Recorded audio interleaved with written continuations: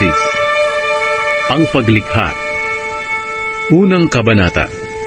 Nang pasimula, nilikha ng Diyos ang langit at ang lupa.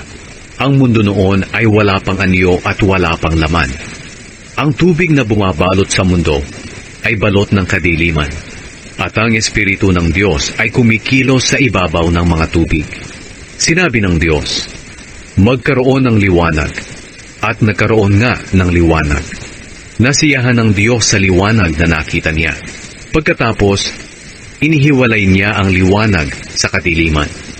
Tinawag niyang araw ang liwanag, at gabi naman ang kadiliman. Lumipas ang gabi at dumating ang umaga. Iyon ang unang araw. Pagkatapos, sinabi ng Diyos, magkaroon ng pagitan na maghihiwalay sa tubig sa dalawang bahagi, at nagkaroon nga ng pagitan na naghihiwalay sa tubig sa itaas at sa tubig sa ibaba. Ang pagitang ito'y tinawag ng Diyos na kalawakan. Lumipas ang gabi at dumating ang umaga. Iyon ang ikalawang araw. Pagkatapos sinabi ng Diyos, magsama sa isang lugar ang tubig sa mundo para lumitaw ang tuyong bahagi. At iyon nga ang nangyari. Tinawag niyang lupa ang tuyong lugar, at dagat naman ang nagsamang tubig. Nasiyahan ng Diyos sa nakita niya. Pagkatapos sinabi ng Diyos, magsitubo sa lupa ang lahat ng uri ng halaman, ang mga tanim na nagbubunga ng butil, at ang mga punong kahoy na namumunga ayon sa kani-kanilang uri. At iyon nga ang nangyari. Tumubo sa lupa ang lahat ng uri ng halaman, ang mga tanim na nagbubunga ng butil, at ang mga punong kahoy na namumunga ayon sa kani-kanilang uri. Nasiyahan ang Diyos sa nakita niya. Lumipas ang gabi at dumating ang umaga. Iyon ang ikatlong araw. Pagkatapos sinabi ng Diyos, magkaroon ng mga ilaw sa kalangitan para ihiwalay ang araw sa gabi, at magsilbing palatandaan ang pagsisimula ng mga panahon, araw at taon. Magningning ang mga ito sa kalangitan para magbigay liwanag sa mundo. At iyon nga ang nangyari. Nilikha ng Diyos ang dalawang malaking ilaw. Ang pinakamalaki ay magliliwanag kung araw, at ang mas malaki ay magliliwanag kung gabi. Nilikha rin niya ang mga bituin. Inilagay ng Diyos ang mga ito sa kalangitan para magbigay liwanag sa mundo kung araw at gabi, at para ihiwalay ang liwanag sa dilim. At nasiyahan ng Diyos sa nakita niya.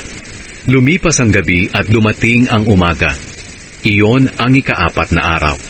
Pagkatapos sinabi ng Diyos, magkaroon ng iba't ibang hayop sa tubig, at magsilipad ang iba't ibang hayop sa himpapawid.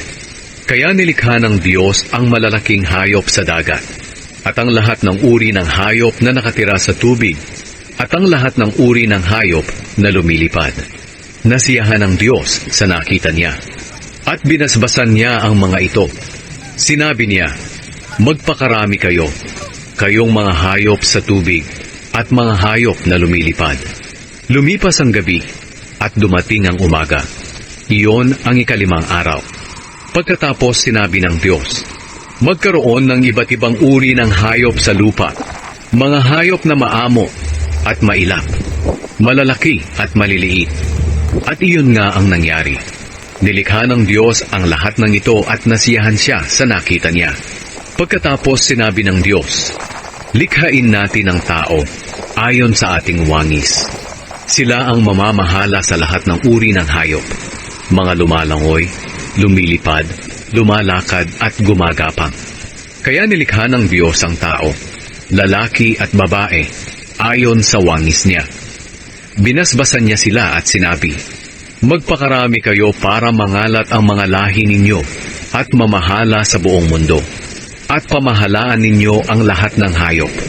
Pagkatapos sinabi ng Diyos, ibinibigay ko sa inyo ang mga tanim na namumunga ng butil, pati ang mga punong kahoy na namumunga para inyong kainin.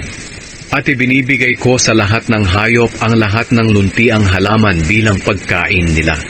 At iyon nga ang nangyari. Pinagmasdan ng Diyos ang lahat niyang nilikha, at lubos siyang nasiyahan. Lumipas ang gabi at dumating ang umaga. Iyon ang ika-anim na araw.